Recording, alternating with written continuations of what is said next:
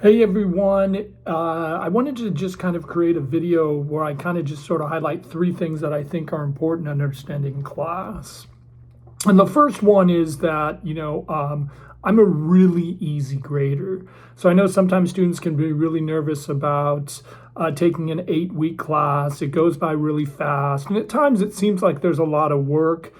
But I just want to stress this, that I'm a really, really easy grader. And if you write down your own ideas, you're going to get a lot of positive feedback, and then I will let you know what you need to do to work on, to improve, to become a better writer. I find in the past that students have enjoyed the feedback that I've given them, and sometimes students kind of wish I was a little harsher in my grading. But I just want to stress, if you do your own work, I'm a really easy grader.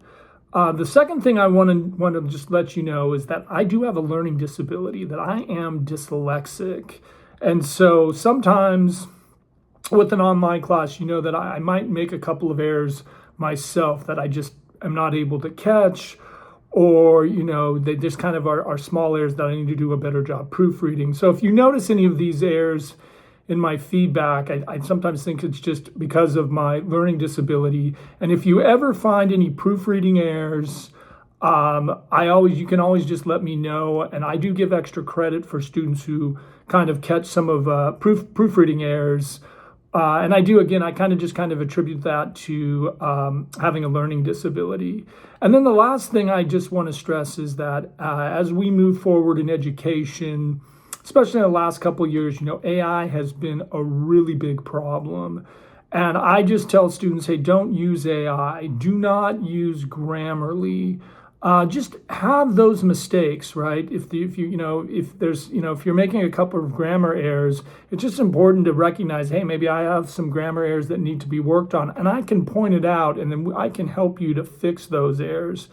But because AI is a problem, I would not upload your files as a PDF document. I would upload them as a Word document, or as a Google Doc. And that way, if something gets flagged as a false positive with AI, we can just go back and look at your history, and your work history can kind of show how much time or effort that you've spent working on assignments.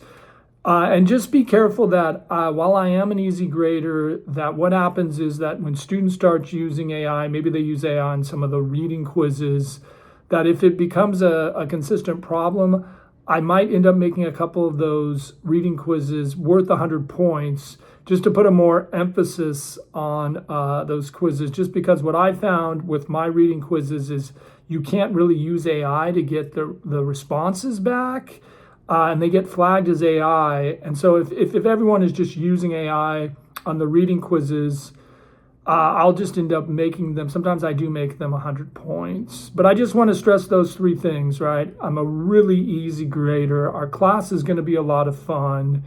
Sometimes if there are some small errors you notice, they may be because of my own learning disability, being dyslexic. And if you find them and let me know, I will give you extra credit. And then just avoid using AI, and I do consider Grammarly to be a form of cheating, or to be a form of AI if it gets flagged.